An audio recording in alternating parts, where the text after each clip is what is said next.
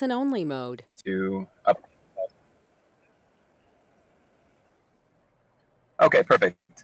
Thank you, David and Beto, for taking care of that technical problem while my computer decided to update itself. And thank you everyone else for being patient. Today's presentation is going to be specifically about the first round of deadlines at UMBC. David and Beto may have mentioned to you, or may not have mentioned to you, but at UMBC for our graduate programs, which is what we're recruiting for, the deadlines are spread out. So, for example, the first round of deadlines, which we'll be talking about today, are going to be September and August. So August and September. So there are a total of 15 programs in the first round. You may or may not, I'll show a full list on the next slide. You may or may not see programs that hopefully you will see some programs that are of interest to you. But if you would like me to elaborate more on any of the programs in specific areas, for example, right here on this first slide, you see information systems. One of the key points about that is that there's no GRE requirements, so it's much easier for international students to apply and get it accepted to. It is also at UMBC we have two types of programs in terms of English scores. So we have programs that require a higher TOEFL, like around a 99 TOEFL, and then we also have programs that only require the minimum, which is an 80 TOEFL for UMBC. And so this information systems requires the lower end, which is the 80 TOEFL or 6.5 IELTS. And so you'll notice throughout the presentation that there's a mixture of these programs. So it's important to note those two aspects. First is the GRE, whether or not it's required, and second is whether it requires the higher TOEFL score or the lower TOEFL score. All programs at UMBC will require a 3.0 GPA or the equivalent. So that's important to remember. However, they can be flexible. And when I say that, just to give you an idea, we have admitted students as low as a 2.7, right around a 2.7 GPA. And it really just depends on the department and on the student's transcripts. So for example, maybe they applied for information systems and they have really high scores in their basic programming courses and their math courses, but they have low scores in their electives for their undergrad, like maybe physical education, or maybe they have low scores in their English courses and their composition courses. That typically won't be weighted as much as the programming and the math courses. So that's an example of how a student with maybe a 2.7 would still get admitted to one of the programs at UMBC.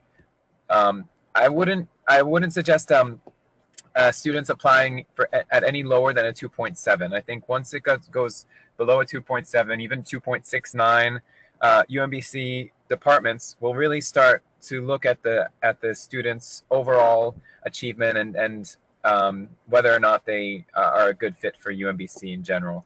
So let's, if we can, let's try and keep it at around a 2.7. And real quick, not to go on a tangent here, but I want to give you guys a little bit of general information about how graduate schools or how universities in the U.S. will evaluate transcripts.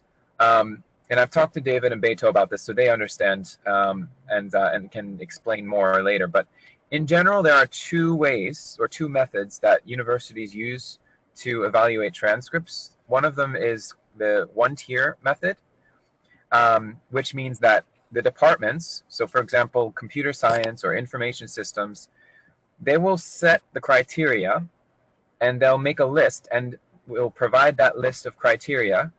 So minimum GRE, minimum GPA, minimum TOEFL scores.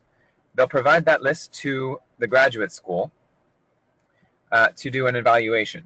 And then the graduate school will go down that list for every student and basically check boxes. And if the student has met those boxes or has enough checks, they'll get admitted. If they don't have enough checks, they'll get denied. And there's no flexibility. The other way is the two-tier evaluation method, which is how UMBC evaluates transcripts and students. And basically what that means is that every application that is submitted to UMBC will first be sent to the programs. So the programs will all get a chance to review every individual application and make a decision on a holistic basis. So including everything about the student, including their personal statement, including their letters of recommendation, on whether or not they want the student to be admitted to their program. So most times these people are faculty of the program or program directors, which means they know a lot more about what the program requires, and they know a lot more about which students will fit the program. And it's also more flexible. Now, the one downside, I will say, is that with the two-tier evaluation method that UMBC has, sometimes for large programs like computer science and information systems, it might take a little bit longer, like maybe 2 to 3 weeks sometimes, for them to make a decision. Okay, because they need to put a lot more effort, a lot more time and thought into each individual application. So again, there are two evaluation systems, the two-tier and the one-tier, and UMBC is the two-tier evaluation system. Okay. So for September 1st deadlines, the first round, okay, let's take a look here. Here are the list of programs that with a September 1st deadline, and also their specific prerequisites. Now, it's a lot to take in, and I won't go through this in detail, but I just want to highlight that we've included the rankings here, so you can use those to help promote the programs. And I've also included down at the bottom a key for which programs require GRE and which programs have the higher set of English scores, so TOEFL 100 or 99, and IELTS 7.5. Okay, so those are basically the most important criteria for you to remember, is which programs require GRE and which programs have that higher English requirement.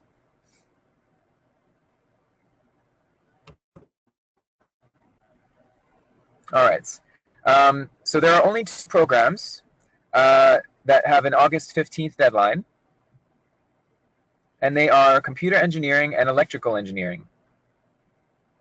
So they're pretty popular programs, at least at UMBC they are. And they're not very large programs compared to information systems, so it should be pretty quick for these specific programs in terms of turnaround time. So my estimate for these programs based on experience is usually around 2 weeks from the time the application is completed. And then you can see the prerequisites for those programs in the bottom as well. And these programs both require a GRE score. However, they do have the lower TOEFL requirement, so it's an 80 TOEFL or a 6.5 IELTS.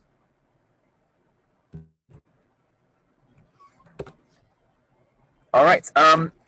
In general, I just also want to talk really quick about UMBC and the University of Maryland system. I've included more comprehensive information in the presentation that David sent out to everyone. So you can see all of the deadlines. There should be 4 rounds of deadlines in that presentation, but we'll follow up more about each of those programs once it gets closer to those deadlines.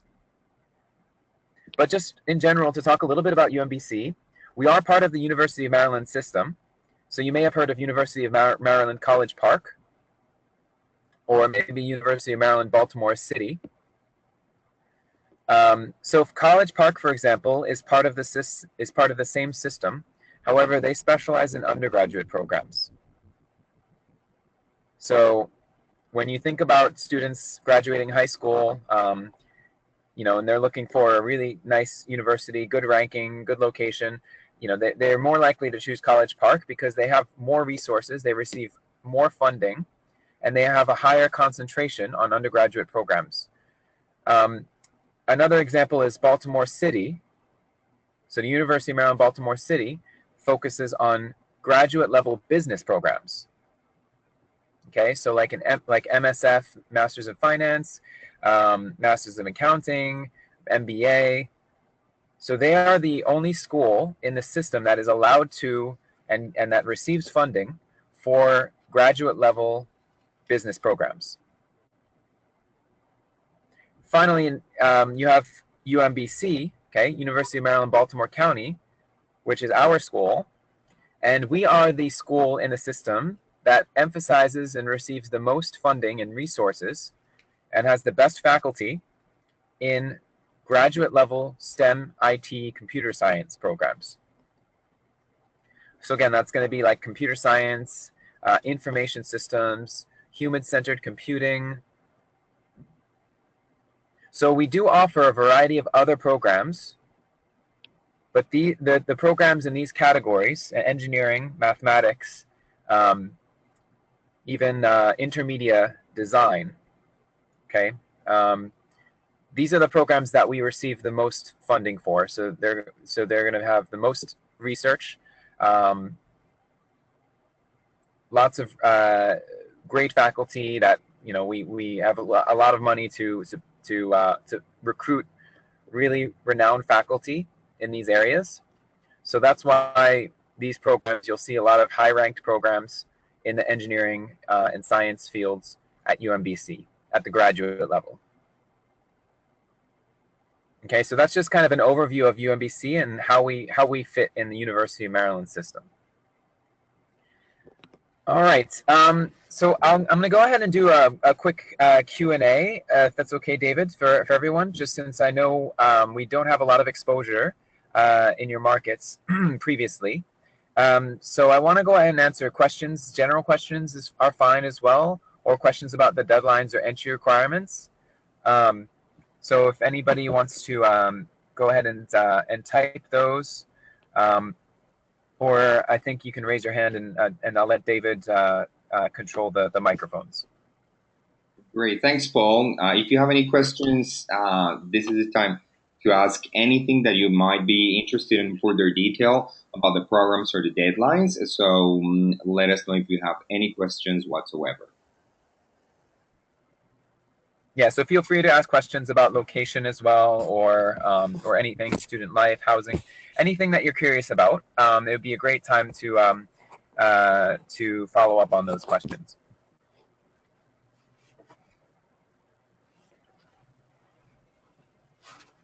We have the first question here from Patricia in Brazil. Hi, Patricia. Thank you so much. And the question is the following. What is the cost per year in terms of tuition fees? Great question. So cost per year at UMBC, the exact credit cost is right around $130 per credit. But it comes out to roughly around 17,000 US dollars per year. Okay, so that's for around 30 credit. A 30 credit program is 17,000 US dollars. So, and that's a great question because that's one of our key selling points for UMBC.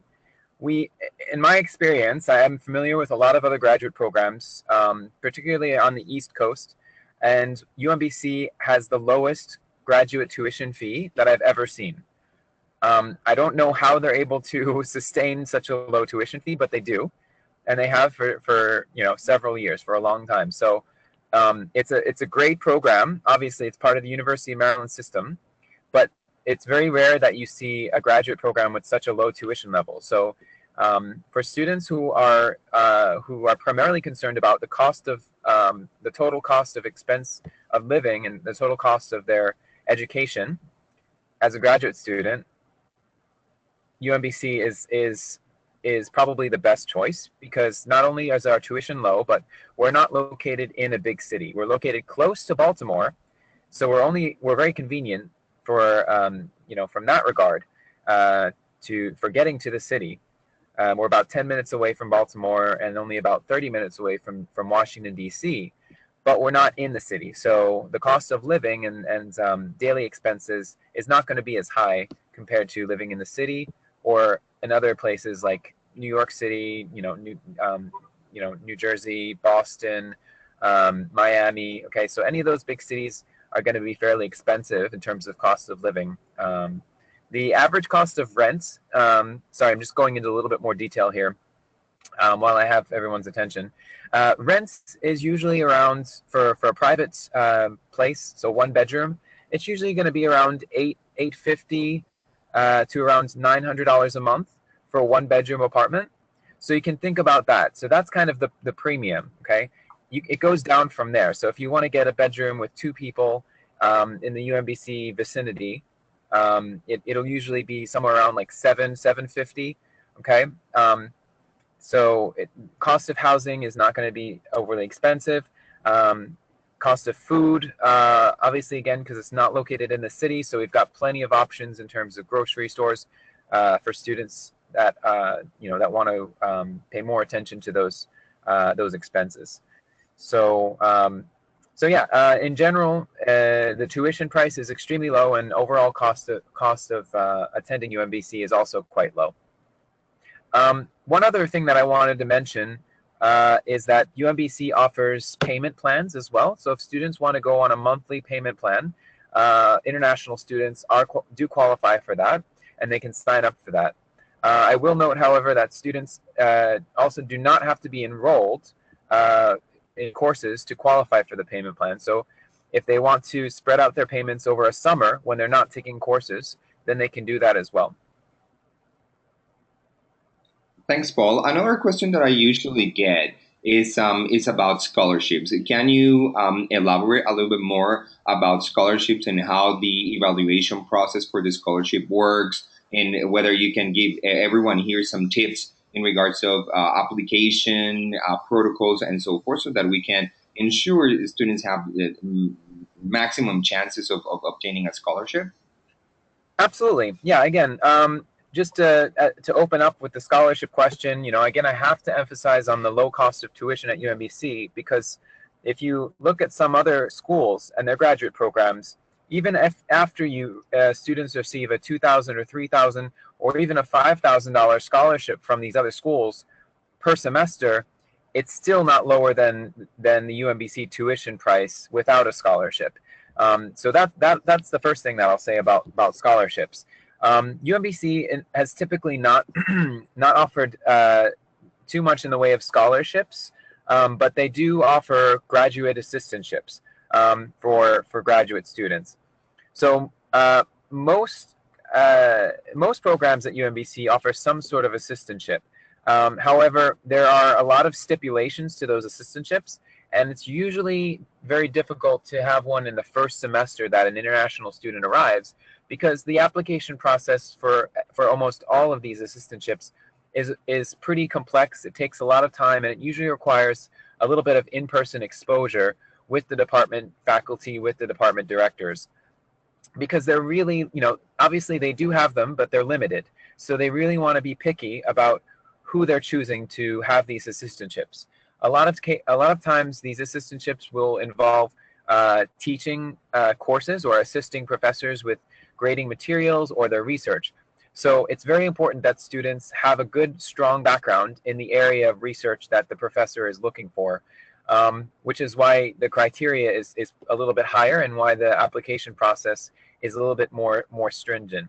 The other thing I want to note about these assistantships is timing. Okay, in order to qualify or for an assistantship, usually departments will have their decisions or start deciding who they want 3 months in advance of the program deadline.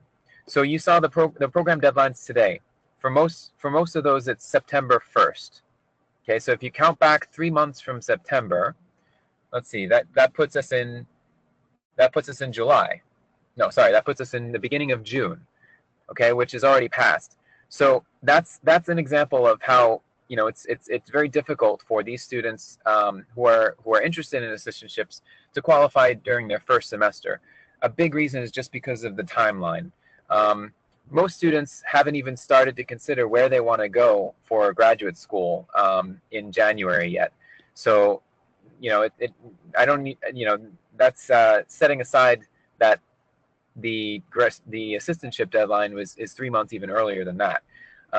So again, it's really important to remember the deadline. I'd say if students are interested and really dead set on getting an assistantship and going to UMBC to take advantage of the low tuition, now would be the time for them to start looking for students who are coming in next fall. So fall of 2018, within the next, I would say, 3 to 4 months, they want to start submitting their application and getting in contact with the department. Now, all of that I can help with. If a student is really interested and knows in advance, far enough in advance, that they want to come to UMBC and they want to try for an assistantship.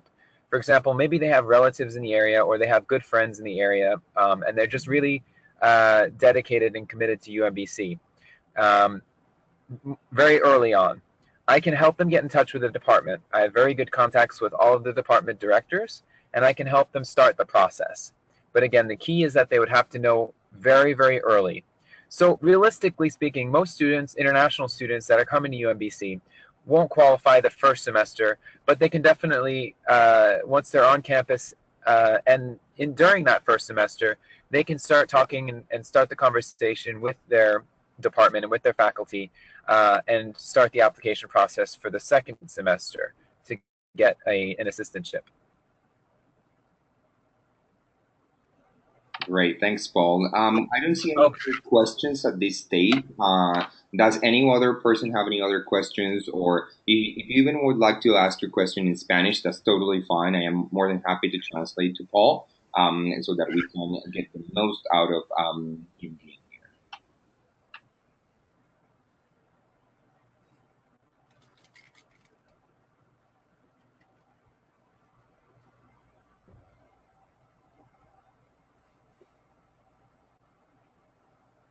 Thanks, David. Yeah, Spanish is fine. My Spanish is a little bit rusty. I haven't taken any Spanish since high school, so.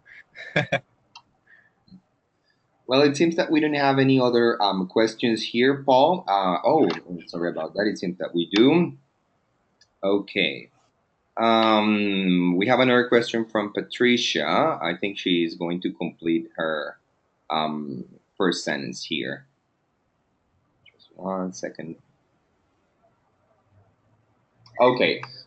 Is it possible to work after graduation? And I think this is a really good question. Perhaps you can already go ahead and elaborate a little bit more on the OPT type of possibilities that students may have after graduation. Absolutely. Great question. Again, because UMBC focuses very, very heavily on making students employable after graduation.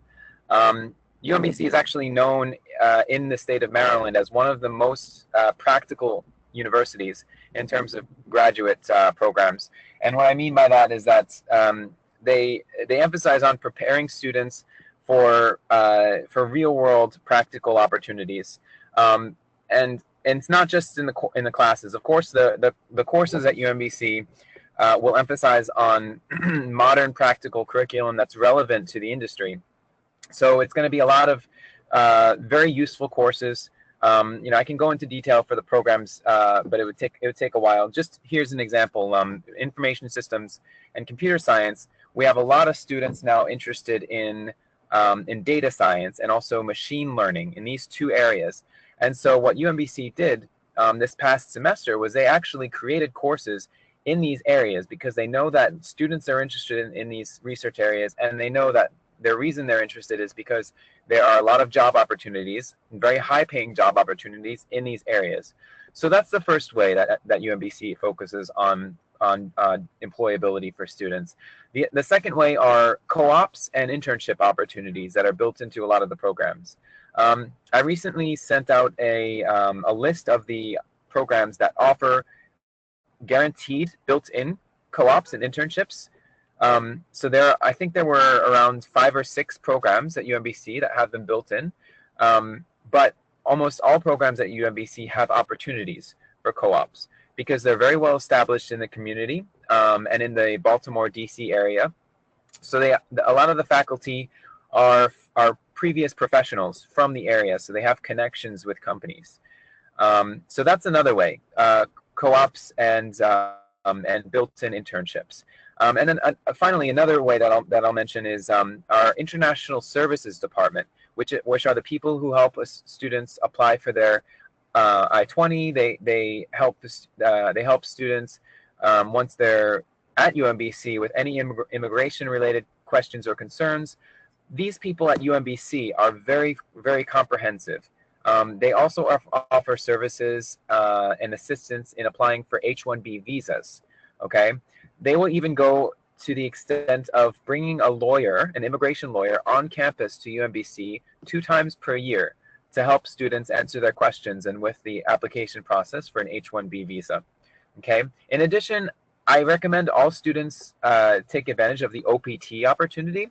OPT, in case you haven't heard of it, is optional practical training.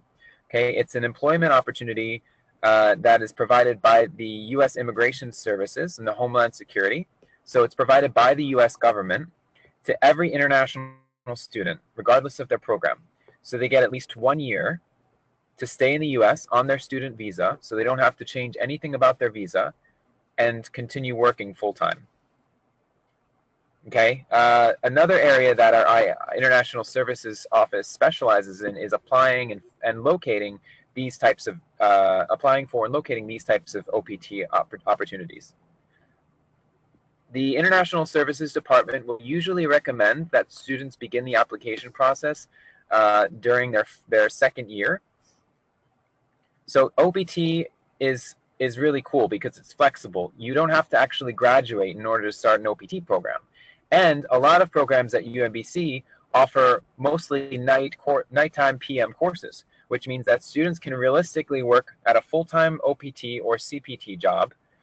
And I'll talk about CPT in a second, during the day, and then take their courses at night. So they don't have to worry about OPT interfering with their courses. Now, CPT is another option for students because CPT allows students to work full-time during the school year, whereas OPT, you'd have to wait until you graduated. CPT will allow students to actually do curriculum-based training, which is like those built-in co-op opportunities and the internship opportunities that I mentioned earlier for those 5 or 6 programs. Those programs, students can do CPT and work full-time off campus, and it actually counts as credit towards their program. So that's the benefit of doing an internship or a co-op that's part of the program, that's built in, is that it actually, students get credit for it. Whereas for a normal OPT, if it's not part of the program, they wouldn't be getting credit, so they would have to do that outside of their coursework, in addition to their coursework, rather. So yeah, UMBC is very comprehensive in terms of employability, and they offer a lot of services that many schools don't offer for making students employable.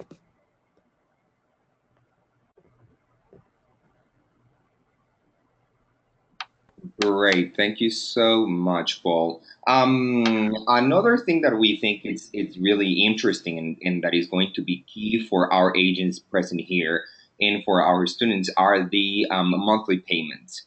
Do you think that you can elaborate a little bit more in regards of that? Beto and I think that it would be worthwhile for us to re-explain and how that works and to have a little bit more of information if that's okay with you. Yeah, absolutely. So usually what will happen is with the monthly payments, it divides the payment out, and it's kind of like set installments. So you can think of it as kind of like paying for, like when you purchase a car. In the U.S., when you purchase a car, the auto loan will set a requirement that you have to pay a specific amount or a specific minimum amount every month. So basically, it's zero interest, so you're not paying additional interest for the monthly payment at UMBC, I think there's like a one-time, I think it's a $50 or maybe 40 around that price point application fee for the monthly payment option. And then that's all you need to pay. So it's no interest or anything like that. They basically just take the amount of tuition for one semester and they divide it by 4 months. So by four separate payments. So for example, at UMBC, the typical amount for one semester is going to be around around $7,500. No, sorry, my math is horrible. $8,500. That's half of 17,000. So that'll be the typical amount per semester, $8,500. And you basically just take that amount, 8,500, divided by 4, so you'd get 2,125. So essentially, you'd be making 4 payments of $2,125, and that's basically how the monthly payments work. Question there, Paul. It's always 4 installments, or can someone say, okay, I need a little bit of extra help. I require 5 or 6 installments, considering it's on a semester basis, or definitely has to be 4. Well, see, that the thing is that they're really trying to get the students who finish making the payments by the end of the semester, because they know that that if they wait until the end of the semester, they could have a chance of building up an owing on their account, because then they'll start to accumulate from the following semester tuition. So as far as I know, it's only the 4 months, but I can look into it more and find out. But I also think it's worth noting that there's a deferment. So for any students that are getting any type of financial aid, and that includes the monthly payments, there's always going to be a deferment, which means that the student can wait, I think, until a month after the semester starts. So I think it's 3 or 4 weeks after the semester starts until they need to make the first payment. Okay, that sounds great. Thank you. Mm-hmm. Yeah, so there's a lot of options at UMBC for making payments, and I think that that even that 4-month installment plan is very reasonable. I'm going to look into it a little bit more, and then I'll let David know. And if you guys have any more questions about that, feel free to ask David, and I'll make sure he has all that information as well. Thanks, Paul. Appreciate it. I don't really think we have any other questions at the moment. As a matter of summary, I'd like to highlight some of the key things, the key takeaways from Paul's presentation this morning. UMBC has an amazing location. I think this is one of the things that we need to be promoting the most within our students and within our agencies. The second thing is the affordability, those facts that Paul were mentioning about how affordable our master degree programs are, the flexibility on and the variety of intake dates that we have. Right now, we are starting to promote and work towards September and August deadlines, and definitely this could be of advantage for your students. Payment plans, this possibility of payment of paying per month, I think is going to be critical and key and a game changer for many of our students. We all know that they require to have that extra help, that extra support, considering that the US dollar is quite high in most of our countries in terms of the exchange rate. That's why I think this is going to really assist on coming up with a solution for that objection within our sales process. I think UMBC has great programs, and the location is amazing. And I think with this, we are going to have good tools and resources for us to continue presenting these possibilities and options to our students. Again, if you need any further support, or you would like to schedule one-on-one sessions with Paul or with Beto or myself, feel free to send us an email. You know where we are. You have all of our contact details on email, Skype, and cell phones in Mexico, Colombia, and Brazil. If you feel that you need a little bit of extra help and you require a further training session, especially for your agency or for colleagues that perhaps couldn't attend this training this morning, we are going to also continue to run these webinar sessions on monthly basis, and then we can touch base about the possibility of us coordinating one specific session for your agency only. So as you can see, there are many alternatives, there are many options. There is so much we can do together. So you let us know what you need, and we will work towards supporting you guys as much as we can. Thank you so much, Paul. I don't know if you would like to close the session with some final statements, but really appreciate your time this morning, this afternoon, depending on where you are. Absolutely, yeah, and thank you everyone again for being your patience earlier on, and thank you for joining me today. I think it's a great first start for UMBC. I hope you guys share the enthusiasm about UMBC that I have because of all the great promotional points about it, including the like David mentioned, the price point, location. For me, it's a great opportunity because I'm very confident about UMBC because I honestly think it's a great school for students. It makes them employable, and our employment rates and the employment statistics actually show that. So I hope you guys will continue to ask questions, and as we start to get students applying, I'm sure that you'll see that the service we provide for students matches the quality of the program. So thank you guys again for everything, and looking forward to our next series, our next call in the series, rather. Thanks, everyone. Thank you, David and Berto. Thanks. Have a great weekend, everyone. Bye-bye.